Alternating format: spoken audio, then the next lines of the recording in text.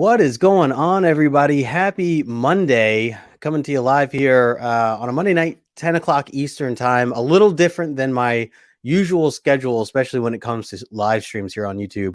But I have a special episode here, and this is another episode of my Comic Creator Origins show that I've put together. If you guys are not familiar with my Comic Collector Origins, it's all about where I interview the community. Comic Creator Origins is where I actually have creators on that are in the industry, and I interview them about their origin, how they got into the hobby of writing to begin with, or drawing, or whatever type of creations that they're doing, getting an understanding of kind of what their environment looked like before they got into the industry, and then also what that whole thing looked like getting into the actual industry itself, and getting into all those details. So I'm really excited for tonight, and I see we have some people in the chat here already. If you are new here, make sure you sub up. Do appreciate that, and also smash the like button. I do appreciate that as well. It always helps out the channel. Got a lot of great things going on this week, and been staying busy, so appreciate everybody and their support. Getting closer to that 900 subscriber number, so very excited about that as well. But yeah, so I want to kick this off as Comic Creator Origins goes. This is technically my second issue for Comic Creator Origins, so really excited to bring on my guest. He is the author and writer of Canto and also Killer Queens, which is a project that is about to come out this week. And he goes by the name of David M. Booher.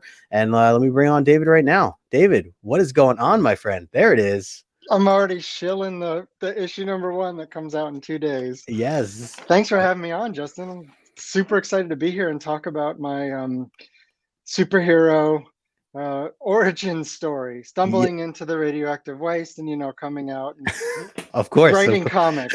Yes, I can't wait to get into that, man. Yeah, the worst origin story ever. I have superpowers, but I'm gonna write comics. I love it. I do appreciate you taking the time to be on here. I feel like you're doing like your online tour. I know that you were just live last night over with the Team Nerd Herd crew. Shout out to them. That looked like you had a great time last night. It was great, and I just can't say no. I just can't say no. All you guys are so amazing, and the shows are great. So I'm so happy to come on. And whenever you asked me, I was, of course, I'll come on. I mean, this is one of the things I really do love and appreciate and look forward to is when is creators who are not just like above and writing in their secret tower and not talking to fans ever, but you come out supposed and to have a secret tower, dude. I'm gonna have to call some people. You didn't get that memo. No. Well, I just like how interactive you are with the community. I see you on Instagram, on Twitter. I know that you have a website and everything going on, but to see you really dive into the shows, like these YouTube shows that I've seen you on, it's just extra special, and I appreciate you taking that time to do so. And I'm really excited to dive into this stuff. So again, if anybody that's not following David, I put David's information in the description below. So whether you're here right now watching live, or if you're just catching the replay, make sure you do so, and follow him over on Instagram and Twitter. With that being said, David, if we could take just a moment and say hello to the chat real quick, and then we can get started here. I see we have Sheena hanging out with us. What's going on, Sheena? Thanks for stopping in. We got my man Brandon, Comics Kings, in the house as well. We got David Collects. Yeah. What's going on, Dave? Thanks for stopping in, brother. My man Ragin Cajun Comics is in the house as well. Hey. Always good to see Ragin. Let's see. We also got Eric the Phoenix in the house. What's going on, Eric? Good to see you, my Eric. friend. Yeah. From the Team Nerd Herd group. Yeah, man. Love Eric. Good guy. We got TM Nerdy Station, Travis. Good to see you, Travis. Thanks for stopping in as well. Oh, it just jumped on me here. We got Stubbs in the house. What's going on, Stubbs? Oh. Go to the Fat News Wednesdays. Oh yeah. You see John Comics with Kids. I know John. Oh, where's John? Hey, there he is. What's going on, John? He says, great choice for the show. David is one of the nicest and most creative writers I've had a chance to meet. Very cool that you guys got to meet too. That's awesome. That's so nice. Thank you, John. Heck yeah. John's a great guy too. And we got Dank Comics in the house. What's going on, Dank? He says he's looking forward to Killer Queens coming out this Wednesday. Heck yeah. We got my man Jason claiming comics. What's going on, Jason? Alonzo, there's some of the Team Nerd Herd representing There he the is. chat. Yep. Shout out to Alonzo. All right, I think what So, here. it's empty, dude. It's Ready, empty. got the bag last. If anybody wasn't on the show with Team Nerd Herd last night, there was a bag of jokes that we Oh emptied man, out. I love it. I did put that link in the description too, by the way. So anybody who missed last night's show from Team Nerd Herd, make sure you check that out as well. Of course, after this one, if you're here right now. But let's see. I think I got everybody in the chat, so I think we're gonna get started here. We'll just dive in. And for people in the chat, if you do have questions for David, feel free to leave them in the comment section. We will get to them as we go along. And otherwise, just sit back and enjoy this discussion here. So, David, I'm going to start off just by asking you, where did the passion or even just the interest come from when it comes to writing? Before you became a professional and started making money from it or anything of that sort, how old were you? And we're supposed to have a tower and make money. Make money. God, oh man, I have missed the memo on this career choice, my friend. Spoilers. So my origin story, it's interesting because I've been writing for a long time, probably since college, but really started in earnest. I'm an attorney by training. Oh, okay. And when I first got out of law school, I started working at a law firm, and so some of what I would do for escapism. I mean, as a lawyer, I'm constantly writing. That's like my job every single day is writing. And so I wanted to have a little escapism. So I started writing fiction. And I was told this story on another podcast. So I wrote 3 novels, and all were just terrible, just the worst. And then I started looking at screenplays, and I thought, no, I'll try this. And they were also bad, but they were a little bit better. Little improvement. All right. Little improvement. So you're seeing the improvement. And then one of those stories that I kept trying to do in different media became my first comic pitch ever, I think in 2015, I want to say. And so I pitched the idea to the company that is now Vault Comics, believe it or not, and they dug it. And so that was kind of my first opportunity to write for publication. Wow. So that was 2015, and then since then I've worked on a couple of Vault books, and then I worked on Canto with Drew Zucker, the artist and co-creator on that. We started that about, I want to say 2018 at some point. Okay. Because it came out in 2019. So and it's sort of, and I'm screenwriting and doing some TV writing, outside of comics. So it kind of, you start there and you just keep doing it, and you get a little bit better and a little bit better, and then you hit on something that somebody likes a little bit, and then you take that and you build it up to the next thing and the next thing. And I feel very fortunate because I think Canto really helped us, both Drew and I, become more. It's opened a lot of doors for us. I'll just put it that way. Sure. It's opened a lot of doors for us that probably you still might be open, but it just would take longer to do that, to open those. Right. And I'll show this now in case anybody doesn't know Canto. This is the first issue that's ever come out. Oh. And I think you have a couple issues there yourself.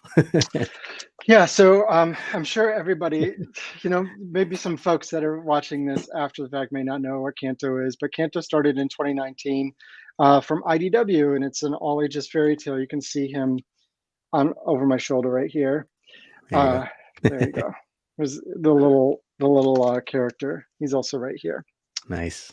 And it's an all ages fairy tale about a clockwork knight whose people have been enslaved, and they're not allowed to have names. They're not allowed to care for one another. Their hearts are removed and replaced with clocks. So when their time is up, that's it. But Canto's sort of defiant of all of that. He is in love with the little tin girl, And when her clock gets damaged beyond repair, he's got to go out in the great big fantastical world to find where they've taken all their hearts to bring hers back to save her. So I like to say it's part fantasy, part adventure, and all heart. So Yep. there's a couple of trades that are out. Canto 1, If I Only Had a Heart, Canto 2, The Hollow Men. And we have just now started publishing in single issues Canto 3, Lionhearted, and 2 issues are out. Jeez, this is all backwards. 2 issues are out. And the 3rd issue will be out in September, although time has no meaning. So it could be tomorrow, it could be like 5 months from now. I don't know. Very cool. Very cool. Yeah, that's really been a big hit from what I've talked with other people about. I started to read it as well, really enjoying what I've read so far. And certainly yeah, I mean, this was the first comic project that you worked on, is that correct? Canto? Mm-hmm. No, actually, I had 2 books from Vault. Those were the okay. Yeah. So I had my creator-owned book from Vault that came out in 2017 called Powerless, and then then Vault hired me to do a work for hire projects on a book called Alien Bounty Hunter, which is a lot of fun, kind of guarding like Men in Black type of action-packed alien, a bounty hunter hunting an alien. Right. Nice. Nice. Alien Bounty Hunter. So that was a lot of fun. And I think that that put my feet under me as far as making comics and sort of introducing myself to the industry. I always tell creators, you got to network, you got to meet people. Unfortunately, the cons sort of have come to a halt right now. But just meet editors and be friends with people, and you never know when those intros are going to help you going down the line. And don't just ask people for stuff. You have to be friends. You have to make genuine connections with people, and then a year from that point, you might ask for something. Right. So I had done all of this, and I'm like meticulously laying the groundwork, right, and meeting all these people, and just having a great time in the con, world. I'm like, oh, Canto. We have Canto, right? And my buddy Ben Bishop works on Teenage Mutant Ninja Turtles, and he knew some folks over at IDW. So I was like, oh, I'll talk to Ben. I know he's working with some of those editors, and maybe he could just slip us in the Canto pitch in there, and we'll just go right through, right? And I gave it to him, and he's like, yeah, I'll send him my editor. And I sent in, and I got the introduction, and I sent Canto the pitch over to the editor, and he's like, oh, great to meet you. Thanks for sending this over. I'd be happy to send it over to the selection committee, the publications committee, whatever, at IDW. And I got that email, and I was like, oh, man, that's the same place where everybody's stuff goes. And I was like, oh, we're going to get put right through the wood chipper. Come on, all this work, and it's going to come out as confetti on the other side. So I just like to tell the story about laying all this groundwork, and then you think, I'm ready. I'm going to use all my network to get this up and running. And honestly, it was the right book at the right time in the right place for IDW. So everything aligned. That's not to say, creators out there, do the networking, because I'll tell you, the networking now for stuff that I'm doing now is absolutely invaluable. Yeah. It's just you got to make good books, and you got to, believe in them to really get going. Yeah, absolutely. I feel like that shows too, if your heart is in it or not, is a big thing. So were you into comics when you were younger, even before you started writing, or do you have any history with just collecting comics or anything of that nature? I've reflected on this question, and I always say I don't, but I do. It's just not traditional. So I never went to the comic shop when I was a kid. I never read, floppies. I was never into the superhero comic books. I loved the movies as I was growing up.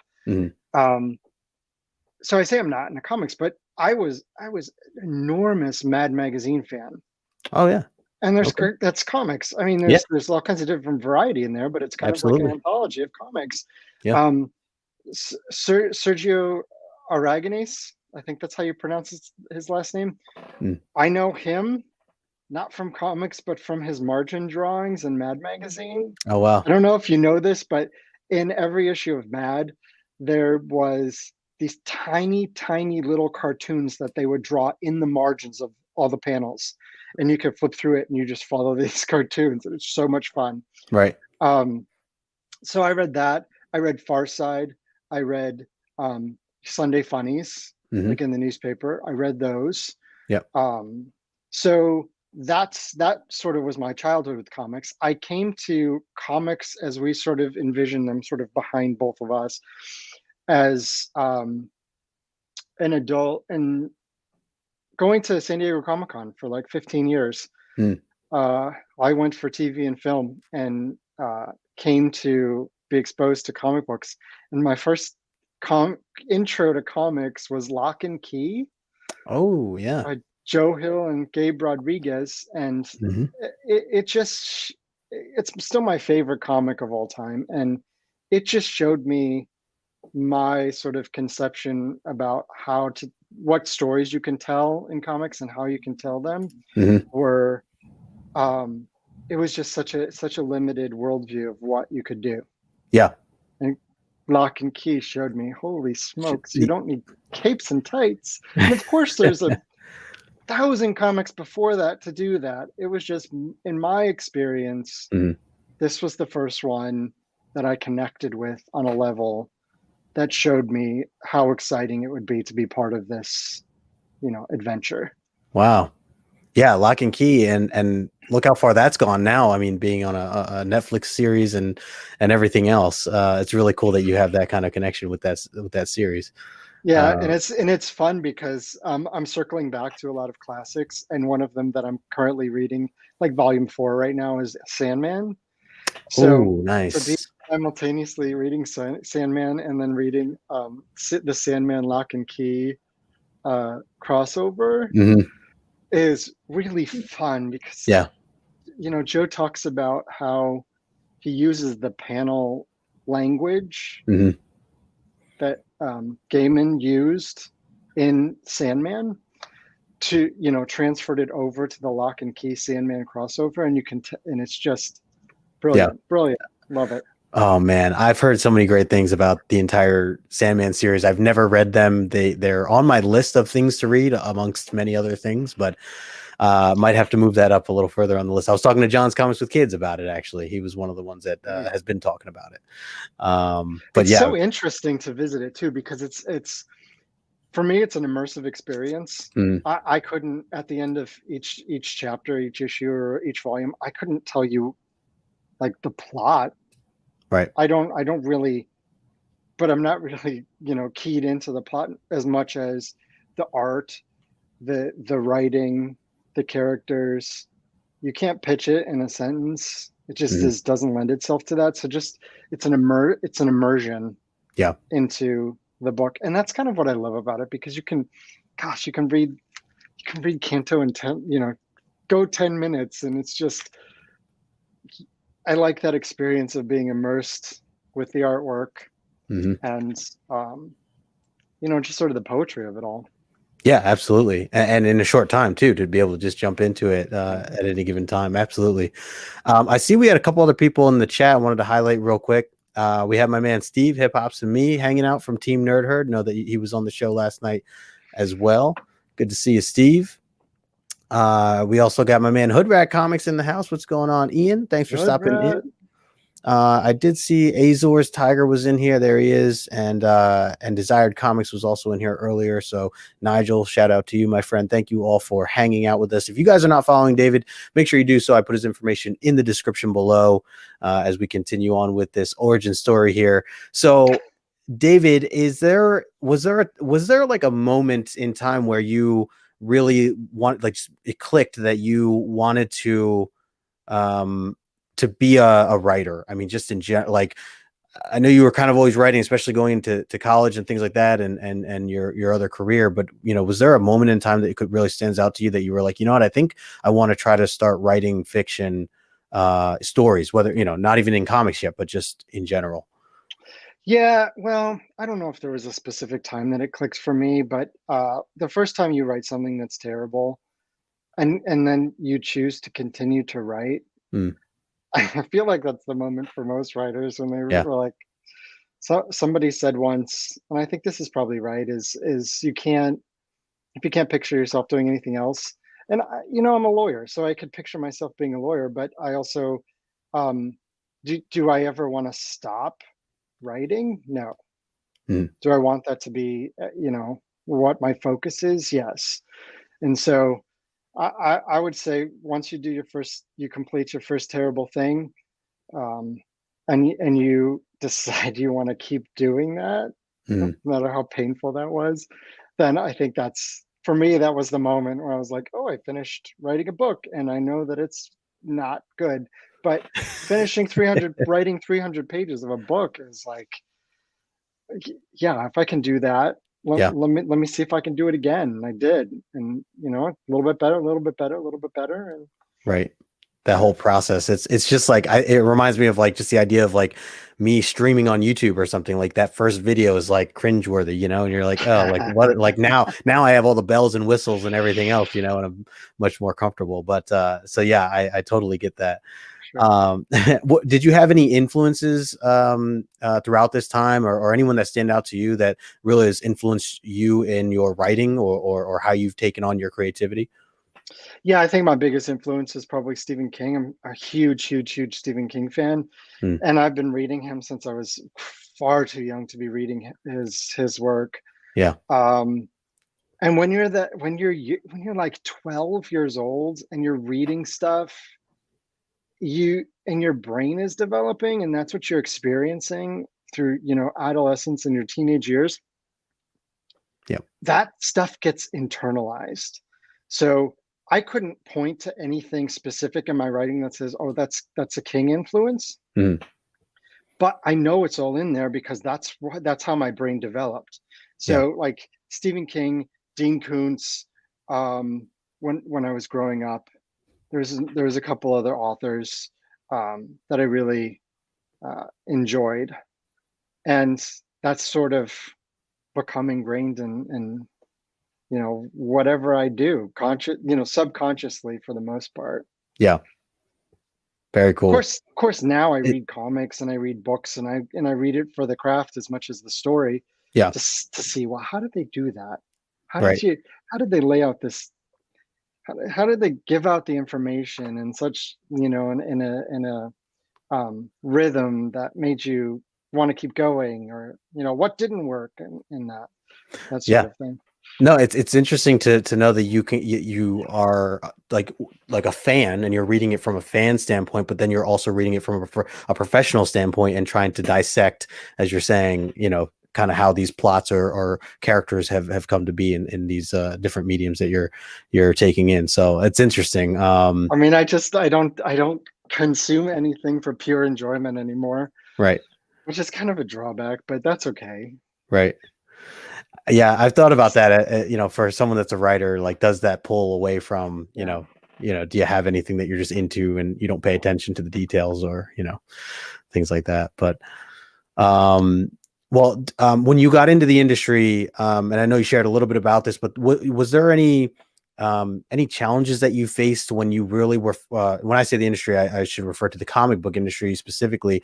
Anything that really stood out to you as a challenge, or something that you had to kind of figure out or overcome while you were first getting started? I think, hmm, I it's hard to be taken seriously as a new writer, as a new Hmm. creator. I guess that's what I would say.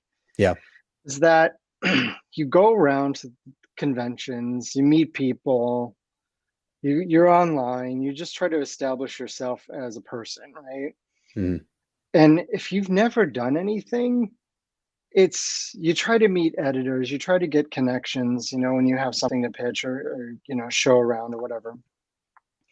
But when you are that nervous, intimidated, first time creator and you're talking to people, it's really hard to get the confidence to really talk about what you want to do, and what your stories you want to tell and what you have going right now.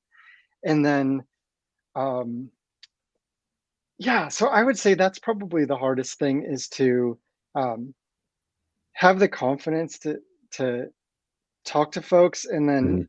find a way to have them take you seriously, because that's the other thing. It's like there's a thousand people out there who are trying to make it in this business, Yeah. and you're always trying to not seem like you're just the person who wants something, who's going to ask for something, anything like that.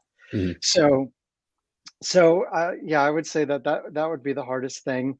The solution, I don't have a good answer or solution to that, except do web comics, make your own comics, Yeah. put your stuff out there so that you have a calling card. So if you don't necessarily have to be the person with nothing but who wants to aspire to be a comic book, comics writer, Mhm. uh, put have a web comic and have a card with a link to it, or link to it on your social media and share it, and you start becoming a known quantity, or at least familiar with to other folks. Yeah. And that's the point when you can. I mean, even before Canto came out, I still was like, I have this new story, but I just don't feel like, I just how do you get somebody to be open to something like that? Sure. Sure.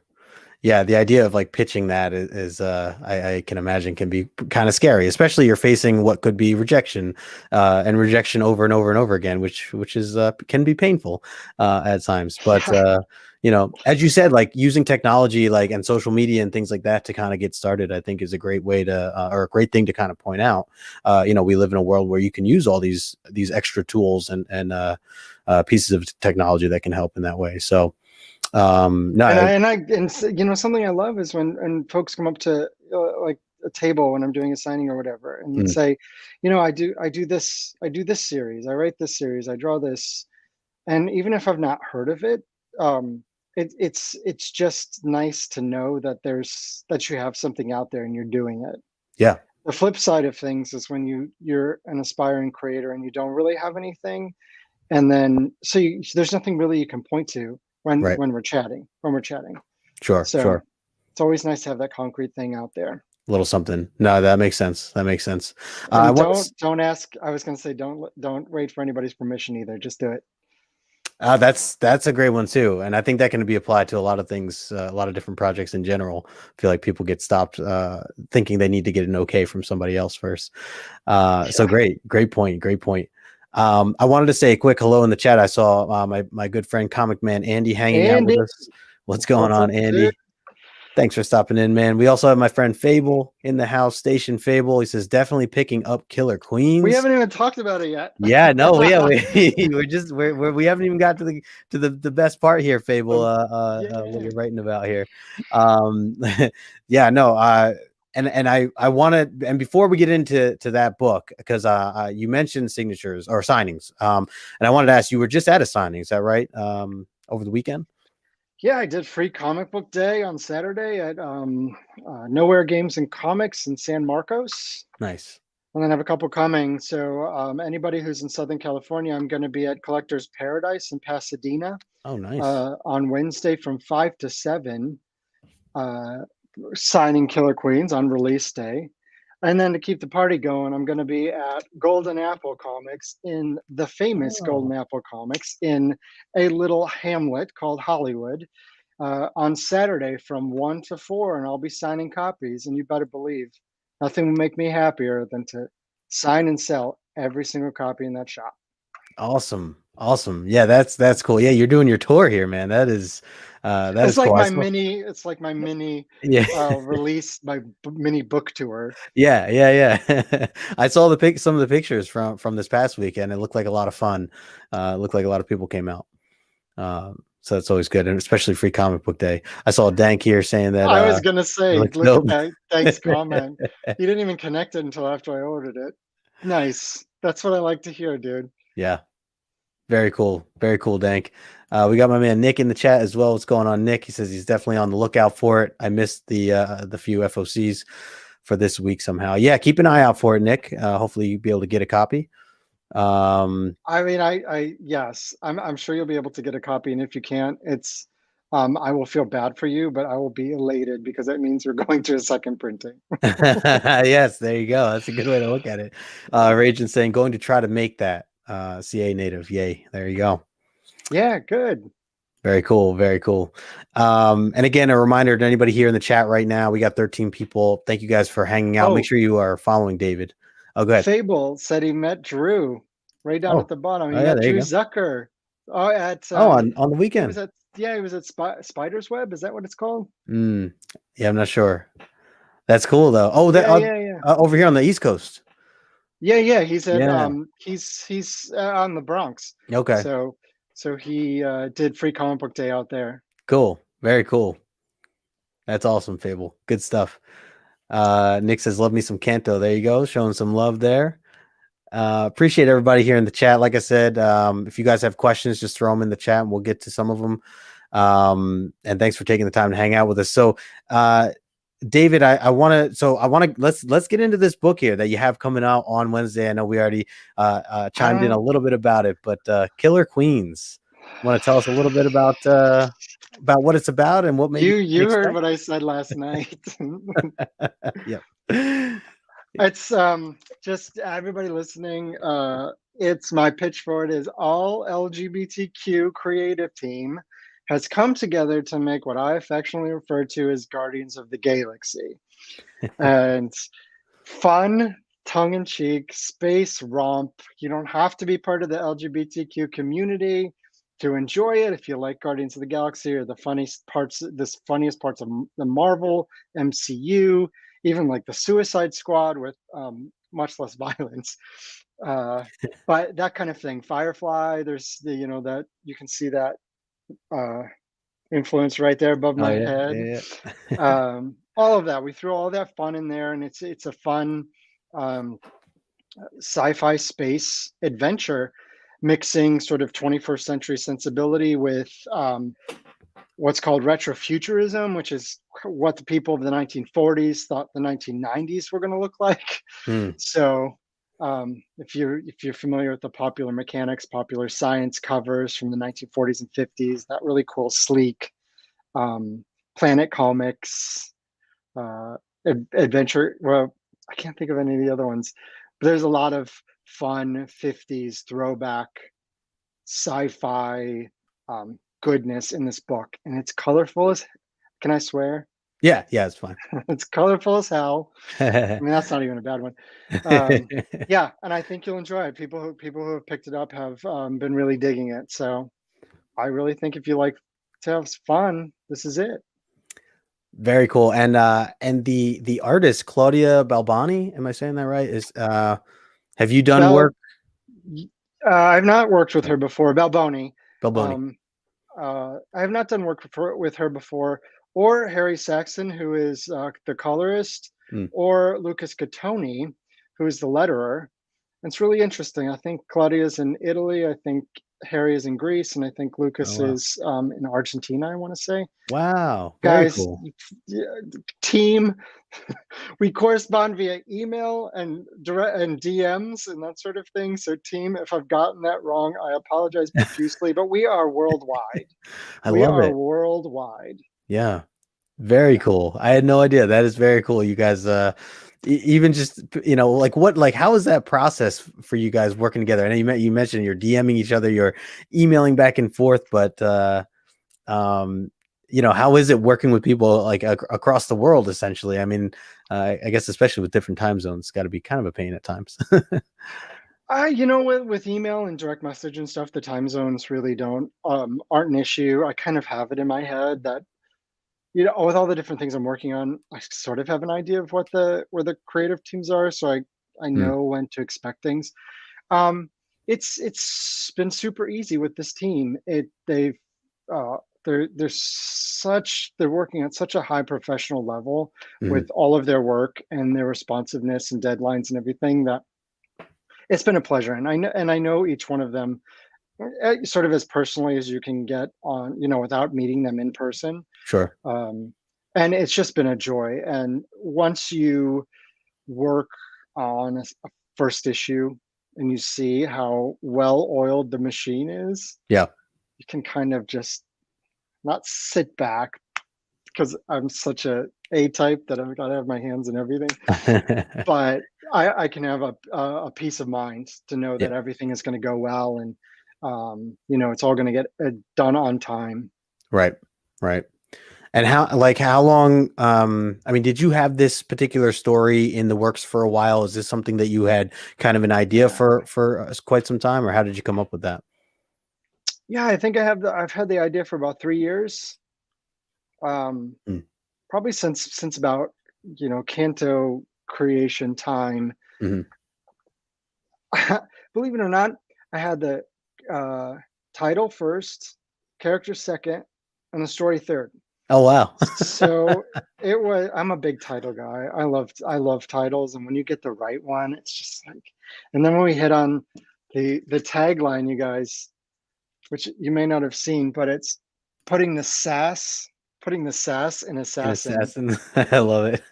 And as soon as you realize that the word sass is actually an assassin, it's just like done. Very much like Canto. When I first saw a sketch of Canto, I thought, I don't know who this character is, and I don't know what his story is, but I know we're telling it. And with these characters, like the Killer Queens putting the sass in assassin, I don't know who these characters are yet, and I don't know what their story is, but we're definitely going to tell it.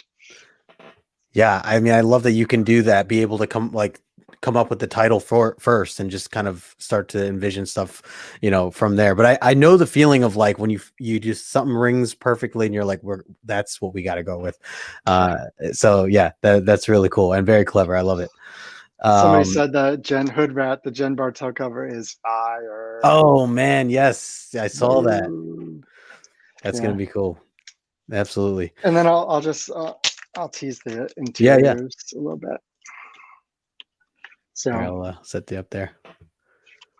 Yeah, it's just like I told Harry, I said I wanted. Look at that. Oh, nice. Yeah, I told Harry I wanted. I feel like all the 1950s pulpy sci-fi comics are. That's dope too. Wow. The pulpy sci-fi comics are all very primary colors, but super bright. Yeah. So red, blue, green, yellow, that sort of thing.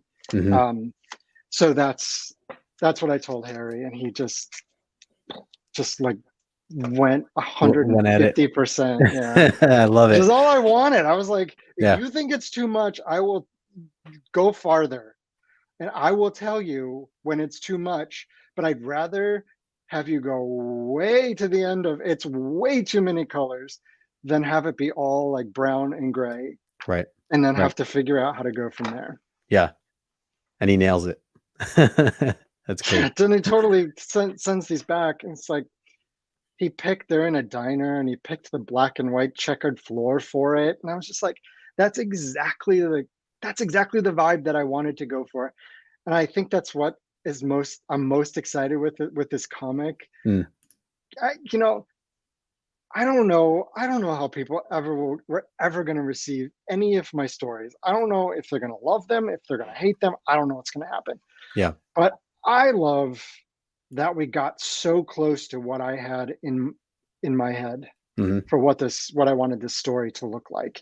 Yeah. And I mean, I think it's hitting well, and we'll ultimately see when it comes out. But for what I wanted to make and the comic I wanted to make, it's bullseye for me. That's amazing. Yeah, it's got to feel great to know that you can be on the same level as the people you're working with, and everybody can kind of deliver, what you're picturing as close as possible. So very cool. And then when you get those pages in your inbox, it's like, what? That's awesome. Yeah, I bet it is. It looks like a wild ride. Definitely looking forward to it this Wednesday. I see a lot of people just showing some love in the chat, so appreciate everybody. Make sure that you add that to your pull lists. when it comes out this Wednesday. Have a look at it, dive in, share it on Instagram what you thought of it. Make sure you tag David. Give him a shout out. Tell some of your friends about it as well. Yeah, let's get this out there. I mean, especially if you love it, on Twitter and Instagram. Yeah. Tag me, because I'll retweet and I will repost all of those things. And the more word of mouth we get, this is going to be a word of mouth success, because on its face it's kind of a niche comic. It really seems like it's aimed for the LGBTQ community. It's not, and we never intended it for it to be just that community. So the more people who are talking about it, the broader that we can. It's like all comics. The broader we can take it, and hopefully get that. I really want that second printing. I have a cover in my back pocket. It's just waiting for that second print. Oh man. All right, guys, we definitely got to make this push now. I would love to see the second print. Let's see. Eric saying that's a great working team when they can deliver the expectations that you have. Yeah, absolutely, Eric. Great idea. Appreciate you, Alonzo. So yeah, very cool. Very excited for this, David. And of course, best of luck with, the initial launch. I can't wait to see, what other people have to say and all the responses that you get. I have one more question for you before we jump into some of the rapid fire questions, that crazy part of the segment of the show. Sure. And I do think you touched on some things already, and I'm curious if there's anything else that you want to add on or elaborate more on what you've talked about already. But when it comes to new creators, new writers, that are getting into comics specifically, or trying to, get into the comic book industry, do you have any advice for them? Any advice for someone who might just be starting to, kind of dabble in writing a comic book? Yeah. Tons, but I'll just limit it to this. And I think this is probably the most important thing in my experience, in my path that I've taken. It takes a very long time to achieve what you want when you start out wanting to create comics, wanting to write comics. It takes a very long time. And the reason it takes a long time is not necessarily, you have to get better at your craft, but it's not necessarily because you don't have the stories to tell. It's that the key to getting into this industry is networking and meeting people and becoming part of the community, not as somebody who's aspiring to ask for things from those people you're trying to get to be friends with.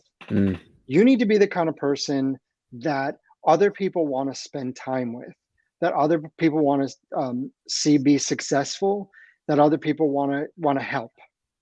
And you can't do that when your second time you've ever met somebody is to ask them for a favor. Right. So you may be ready to break in the industry. You may have the best pitch ever, the best idea for a story, but take the time to establish yourself as a person. And that story, that pitch, hopefully is going to get to the right people in the right hands who can go, I know that writer. I like that writer. We've gotten drinks together. I met them at the convention. We chatted at the booth, or, we talked online or whatever. Yep. That you want to be that person that they go, oh, I wonder if there's something we could do for them. Not the person who goes up, who reaches out and says, what can you do for me? Yeah. Yeah, that's I think you are spot on with that advice. It certainly doesn't happen overnight, right? Success. And it's something you got to build towards. It does. It's, I think that can even just apply to a lot of different things, depending whatever anyone's trying to do in life, and is to really be genuine, like you've said earlier too, and networking, and just taking that time to actually care, because ultimately it's like, how can you expect anyone else to care if you don't care, and just be the person that other people want to spend time with. That's my bottom line. And people will help you so much if you just establish yourself as a good person to be around. Absolutely. Well said, David. And I think it's some great advice. Anybody here who maybe, might be looking to get into this industry, hopefully the right people hear what you had to say here today. So Eric saying, David's handing out pearls, man. Yeah, man.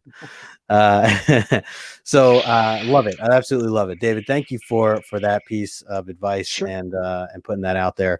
I want to get into some of these rapid fire questions. So if you're ready, I can start to throw them your way. I will say, I call it the rapid fire question section. My girlfriend always makes fun of me though, because it's really not rapid. A lot of times, you're allowed to elaborate. So, I will put that out there as well.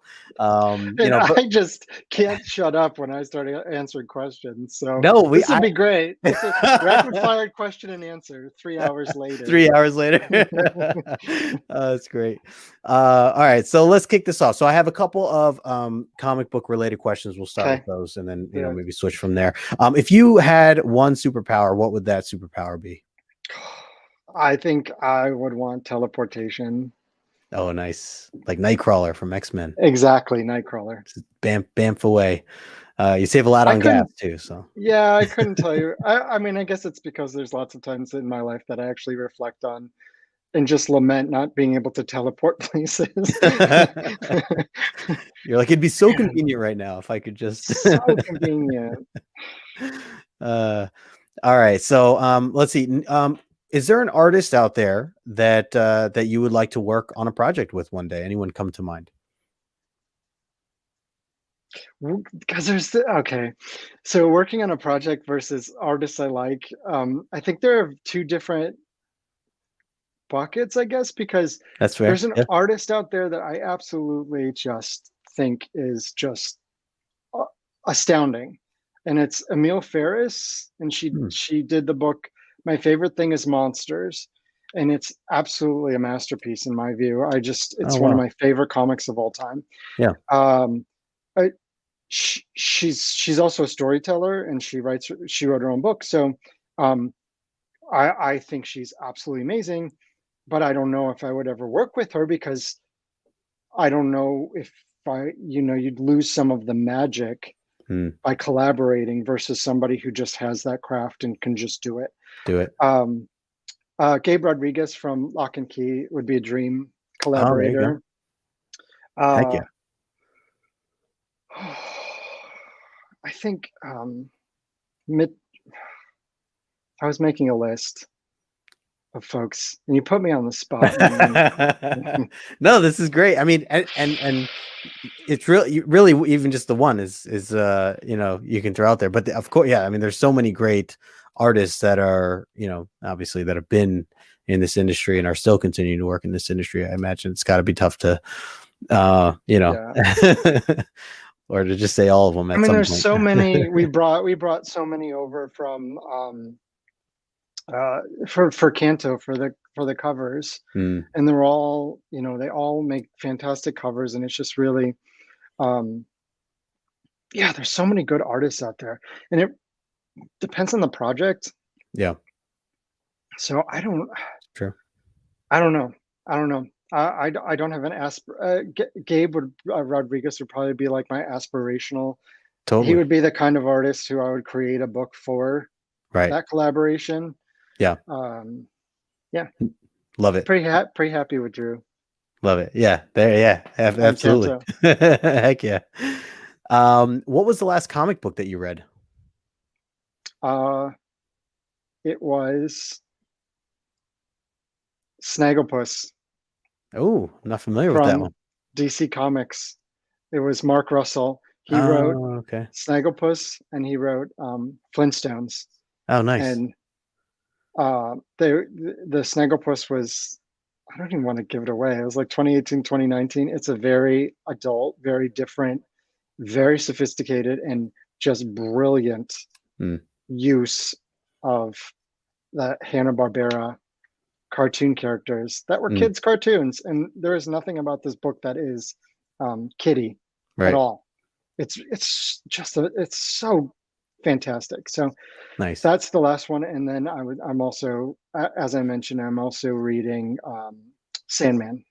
So right. Very good. Very good. What about your what is your favorite comic book based film that's been out so far? We could say TV show too. We could combine TV show / film if that opens up some things. But Oh man, that's a good question. What is my favorite? Wow, I don't I enjoyed Wonder Woman a lot. yeah, Um, the new one that just came out, or no, I guess it's been a little while now, over a year. I would prefer the first one. The first, yeah, Yeah. Uh, I'm just thinking about even non-superhero movies. yeah. Gosh, I enjoyed Lock and Key. Surprising no one, right? Yeah, no, but that's just totally spot on there. I love that show. I thought it was great. All right, let's see. What's yours, Justin? What's yours? I'm going to turn the tables. What's Oh yours? man, I just recently watched Sweet Tooth by Jeff Lemire, and I The whole thought that thing? the first season, and that was they just signed on for two more seasons. It was very good. If you haven't seen it, I've never read. I just started reading Sweet Tooth, but I watched the show first. I would say it's probably better to, as with many things, it's probably better to read it first than to watch the show. But the show is, Although I've never read it, and I watched the pilot episode, but yeah. I heard rumblings that it's the pilot did a lot of things differently than the comic did, with the characters. So Yeah, I think they're their own things. They could, yeah. That's probably the best their way own to put it. lives, and yeah, yeah, the book's a little darker, or a lot darker actually, from what I've read so far. But all right, next question is, if Killer Queens becomes a movie or a show, who comes to mind to play the role of Max and Alex? I have no idea. And it's so funny. I never ever think of casting when I create characters. It's just, I don't. Yeah. But with that said, I want Neil Patrick Harris or Jim Parsons from Big Bang Theory. Oh, yeah. To be the voice of Beatty, their former boss, who's the fluffy monkey with the jetpack. Oh, nice. He's right here. This. Hell yeah. Yeah, I want, and honestly, I want to lean into LGBTQ actors for the roles. Yeah. Directors, what have you. Let's just load it up and let's just tell an authentic and really fun story. And I also think that it could live in the world of animation. Yeah. Like Archer and Invincible. And we could have so much fun with voices. The possibilities are endless. So much fun. Yeah. See a couple of people here talking about some of the series we talked about here. Neil Patrick Harris, yeah, that's great. He says, Eric. Yeah. Some I think he's referring to Sweet Tooth. Sweet Tooth, yeah. And Alonzo pointing out that these are hard. He said, "Look at David's expressions. These are hard." Yeah, these are maybe some curveballs. We're getting to some fun stuff though. I wanted to ask you this too, and actually, this is shout out to my girlfriend. She had given me this question as well. Said, "What would you be doing as a career if you weren't a writer?" Well, lawyer. I was saying, which maybe we kind of know now. She didn't know, but I kind of did it in reverse, right? Yeah. So, so I'm a lawyer by training. If I could do some fun thing as instead of being a writer, I don't know. I guess that's the answer. If you can't think of yourself being anything other than a writer, then you've chosen wisely. Yeah, right. Let's see. Eric said, "Oh man, Archer style Killer Queens would be sick." There you go. Yep. We get what's his face who does Archer's voice. He also does every other voice on every all the shows. Animated show. Yeah. Game show host. Game show host. That would be great. Yeah. Yep. Podcaster. There you go. Yeah. All right. A couple non-comic book related questions here before we wrap things up, and we'll let the people know kind of where they can find you and everything. But I'm going to start with, are you into any sports? And if you are, what is your favorite sport and your favorite team? College football, and I went to law school at University of Southern California, and my Mm. husband went there for undergrad. So for the last 15 years, 15 years probably, we've had season tickets to USC football. Oh, no So way. That's awesome. so we've gone to the Coliseum Very cool. when you could. Yeah. Yeah. The environment for college football just amazes me. I've never been to or had the chance to have an experience of any college football, but seeing it on TV and friends that I have that I know that go to those events, it's just like seems like so much passion, with the fandom and really supporting your school. I So mean, that's cool. and as compared to professional football, Mm. it's it's like devastating and exciting because you can, if you lose one game as a college team, you might be completely out of it. Right. But sorry, as in professional football, you can win 9 games and get into the playoffs. Right. In college, one loss, that one stupid boneheaded loss to some unranked team, and that's it. Your season is shot. So it's Yeah. both very exciting and very heartbreaking almost all the time. Almost all the time. I think that's the best way to put it. When it comes to music, where do you stand with, or what's your favorite genre? And do you have a favorite like artist or band that comes to mind? I know that's probably a very big question, generally speaking, but if there's like one or two that really come to mind, where do you stand with that? Sure. Well, I listen to a ton of 80s music. Yeah. So that's probably where I am right now. I've turned into my parents just listening to the oldies. I'm like, when did that happen? Because I remember as a kid, they would listen to the 60s station. Right. And I grew up in the 80s. And so I'm like, okay, so now we're in the 2020s and I'm listening to 80s. Yeah. I don't know when that happened. That, and I also like angsty women rockers. So Oh, I'm nice. a big like Alanis fan, and Yeah. I like Tori Amos Yeah. and Sarah McLachlan and all those kind of that kind of genre. So that I'm into football and I'm into that kind of music, and it's really I love it.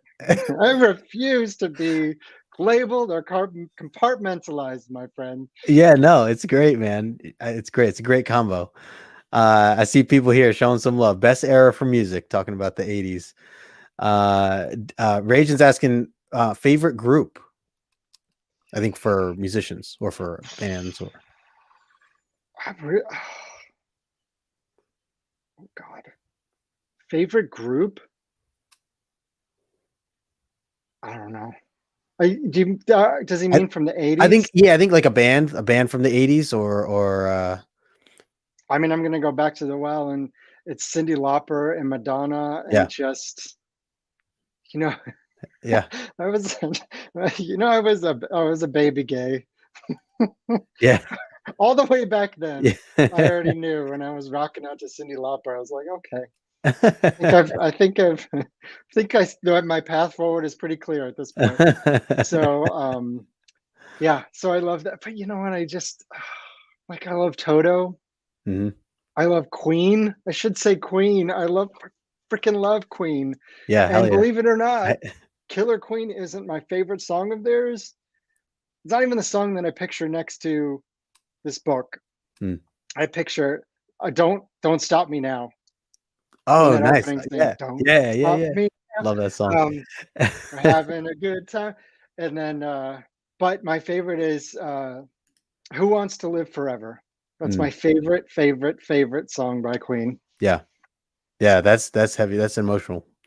Yeah, when I was putting together the story on my Instagram channel, I was going through a bunch of different ideas. I'm always very picky about I like to put soundtracks to things I'm posting.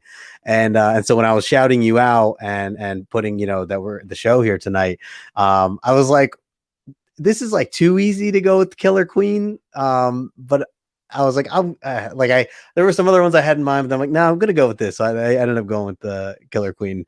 I was like, it just fits so perfect. Like you gotta.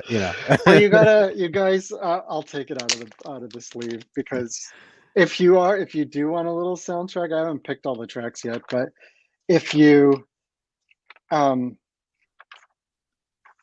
gotta, as soon as this page comes up, just start play this page over here. Just start playing "Don't Stop Me Now." Oh, perfect. And just picture the restaurant and the hijinks and everything. Just picture it as it's playing. All right. Perfect. I love it. I'm gonna do that. Yeah. I know we're just hitting that hour mark here. Just want to ask you one other question, and then we'll kind of wrap it up. And I always like to ask my guests this, but you know, I got to talk about this one particular topic. Where do you stand with if it's a Friday night, you and your family, you can choose to order out anywhere you want, or you can go out to eat anywhere or cook whatever you want. What is your go-to meal when it comes to that for like a dinner meal? Oh, I love sushi. That's always a good choice. There it is. Also, I'm a huge fan of. Oh, that's awesome. I'll just leave it at that. Sushi. I think Steve and I talk about sushi at least once or twice a week, every week. So Steve hip hop to me. He knows. We have the delivery sushi that you get on a casual night, and we have delivery sushi you get on a fancy night. Oh, nice. Yeah. You got to have both. You definitely have to. And there's a balance. I mean, the you know, the regular sushi, it's good, but it's also not that expensive. Right. So you got to have that. You got to balance that. Yep. As long as it doesn't get you sick, I'm down to give it a shot. That's my rule. That's a good floor. Yeah. Steve said we got to grab some rolls sometime. There you go. For sure. There you go. Very cool. Yeah, for a while Steve and I just taking pictures of our food. Anytime I'd have sushi, I'd be tagging him. Ragin's another one that I would just take sushi photos and tag them in, so they know it's good. That's why they're here. This is their favorite segment when we talk about food. That's why they're both hanging right now. I'm also a big fan of Greek. I would say Greek food. Oh, nice. Also. All right. Yeah. Very cool. Well, David, those are the questions that I had for you for the rapid fire questions. So I appreciate you taking some time to share some of the answers that you'd given us here tonight. All right. Now it's time for your rapid fire questions. Oh, yeah. You get a list, right? I love it. Thank you so much for coming on here, being part of this. I really appreciate your time. I cannot wait for Killer Queens to come out. I cannot wait to continue reading Canto with where I'm at right now, and just a lot of other things that are in the works for you. I sincerely wish you the best on everything. Before we close out, let the people know where they can find you, and if there's any other projects that you want to mention along the way before we wrap up here. Sure. I'm going to plug, again, right over my head, Firefly. I wrote a one-shot for Firefly for Boom that's coming out at the end of September. I think it's September 29th. Since I'm a huge fan, it was such a great story to tell, and I was super excited to tell it. So please pick up that copy, and let's go to a copy of that, and we'll go to a second print on that one. You can find me on Twitter at David Booher. You can find me posting, I'm sure, Killer Queen stuff on at David M. Booher on Instagram. If you're really into it, I'm on Facebook as well. Killer Queens is on Instagram, Killer_Queens_comic. And Canto is on Instagram and Twitter at Canto Comic.